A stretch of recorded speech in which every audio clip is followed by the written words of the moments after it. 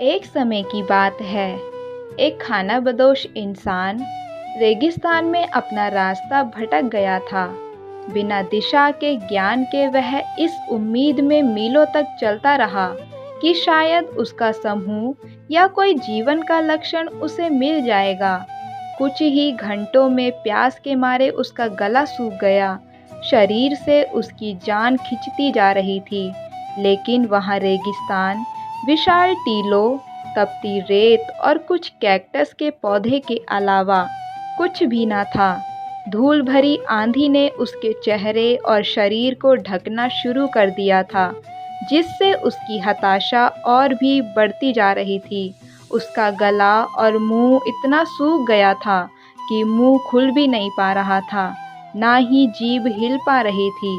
निराशा और हताशा बढ़ती जा रही थी और हर गुजरते लम्हे के साथ उसका शरीर कमज़ोर पड़ रहा था।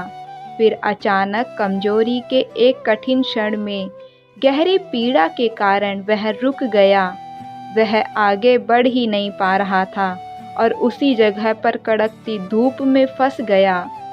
अपने सूखे हुए मुंह को चोट पहुंचाते हुए वह जोर से चिल्लाया। जहां तक उसकी क्षमता थी, वहां तक उसने अपनी आवाज़ को खींचा, इस उम्मीद में कि शायद कोई सुन ले और उसे बचा ले। लेकिन बदले में उसे सिर्फ रेतीली हवाओं की चुभने वाली आवाज़ ही सुनाई दी। जल्द ही वह गर्म रेत पर गिर गया और मौत से गले मिलने का बेसब्री से इंतजार करने लगा, ताकि उसे उसके दुखों का अंत हो सके। कुछ ही क्षण में वह अचेत हो गया। अचानक से भगवान उसके पास पहुँचे और उसके सिर के पास खड़े हो गए। उनकी उपस्थिति बहुत सुखदायक थी। घंटों की तकलीफ के बाद उस इंसान ने थोड़ा सहज और प्रसन्न महसूस किया। भगवान ने उसकी ओर देखा और कहा, पुत्र, जागो, उठो। अपने दुखों को भूलकर वह तुरंत ही खड़ा हो गया और आश्चर्य से भगवान की तरफ देखकर पूछा, भगवान, क्या मैं मर गया हूँ? भगवान ने उत्तर दिया, नहीं मेरे बच्चे, अभी तुम मर नहीं सकते। तुम्हारे पास 38 साल का जीवन और शेष है। मनुष्य ने कहा, लेकिन भगवान, बचने का कोई रास्ता भी तो नहीं है। यह तो साक्षात नर्क है। मैं यहाँ एक दिन भी कैसे जीवित रहूँगा? भगवान मुस्कुराए और बोले, जिएगा पुत्र, अवश्य जिएगा। बस आगे बढ़ते रहो और मैं वादा करता हूँ कि तुम मरोगे नहीं, अपनी मंजिल तक जरूर पहुँचोगे। बस तुम आगे बढ़ते रहना। लेकिन भगवान, इस बार उसके शब्दों को सुने बिना ही भगवान गायब हो गए। अचानक उसकी नींद खुल गई। वह इधर उधर देखने लगा और सोचने लगा, क्या भगवान का साक्षात आना एक सपना था या परमेश्वर से वाकई में उसकी भेंट हुई थी? उसे कुछ भी स्पष्ट नहीं हो पा रहा था। चारों ओर बस तपती रेत दिख रही थी, लेकिन अब वह अधिक ऊर्जा और आत्मविश्वास के साथ लड़ने के लिए तैयार था, क्योंकि उसे अब भरोसा था कि वह बच जाएगा।